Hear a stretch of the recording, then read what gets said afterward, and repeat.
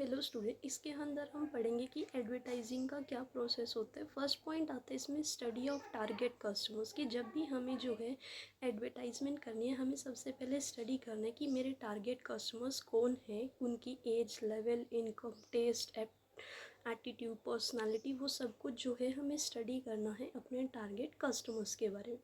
Second आता है study of marketing environment की मार्केटिंग इन्वायरमेंट इंटरनल और एक्सटर्नल फैक्टर्स को इफ़ेक्ट डालता है मेरे बिजनेस यूनिट के।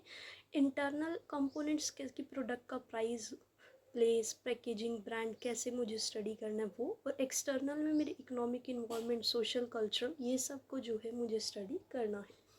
थर्ड आता है मुझे डिफ़ाइन करना है अपने एडवर्टाइजिंग के ऑब्जेक्टिव को, जिससे मैं इंक्रीज़ कर पाऊँगी अपनी सेल्स को और कम्युनिकेट कर पाऊँगी अपने टारगेट ऑडियंस के साथ। फोर्थ आता है डिटरमाइन करना एडवर्टाइजिंग का बजट, कि मुझे जो है अब एडवर्टाइजिंग करनी है तो उसका क्या बजट, कितना पैसा खर्च होगा उसके ऊपर, वो सब कुछ जो है मुझे डिटरमाइन करना है। फिर मुझे सिलेक्ट करनी है एडवर्टाइजिंग की अपील, कि एडवर्टाइजिंग की अपील में क्या है कि मुझे कम्युनिकेट करना है एक मैसेज को अपने टारगेट ऑडियंस के साथ। वो मैं रेशनल अपील में कर सकती हूँ या फिर इमोशनल अपील में, पर्सन्स को उनकी फीलिंग्स को टच करके उस प्रोडक्ट को कैसे अपील करूँगी।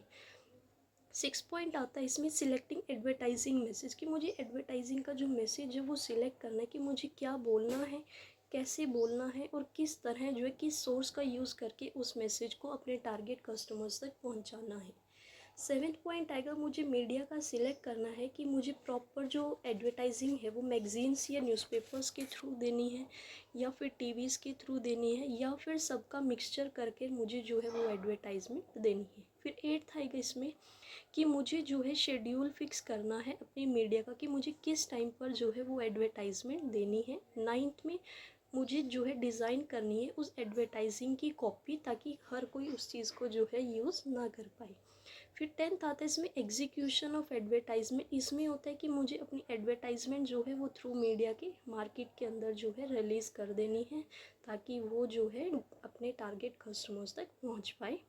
एंड लास्ट पॉइंट इसके अंदर आता है कि मुझे इवेल्युएशन करनी है अपनी एडवर्टाइजिंग को इफ़ेक्टिवनेस, की मुझे देखना है कि जो मेरी एडवर्टाइजिंग है वो पहुंच भी पा रही है या नहीं पहुंच पा रही है या नहीं पहुंच पा रही मेरे टारगेट ऑडियंस के साथ, और जितना मैंने अमाउंट उस पर स्पेंड किया है वो उस चीज़ के लिए वर्थ है या नहीं है।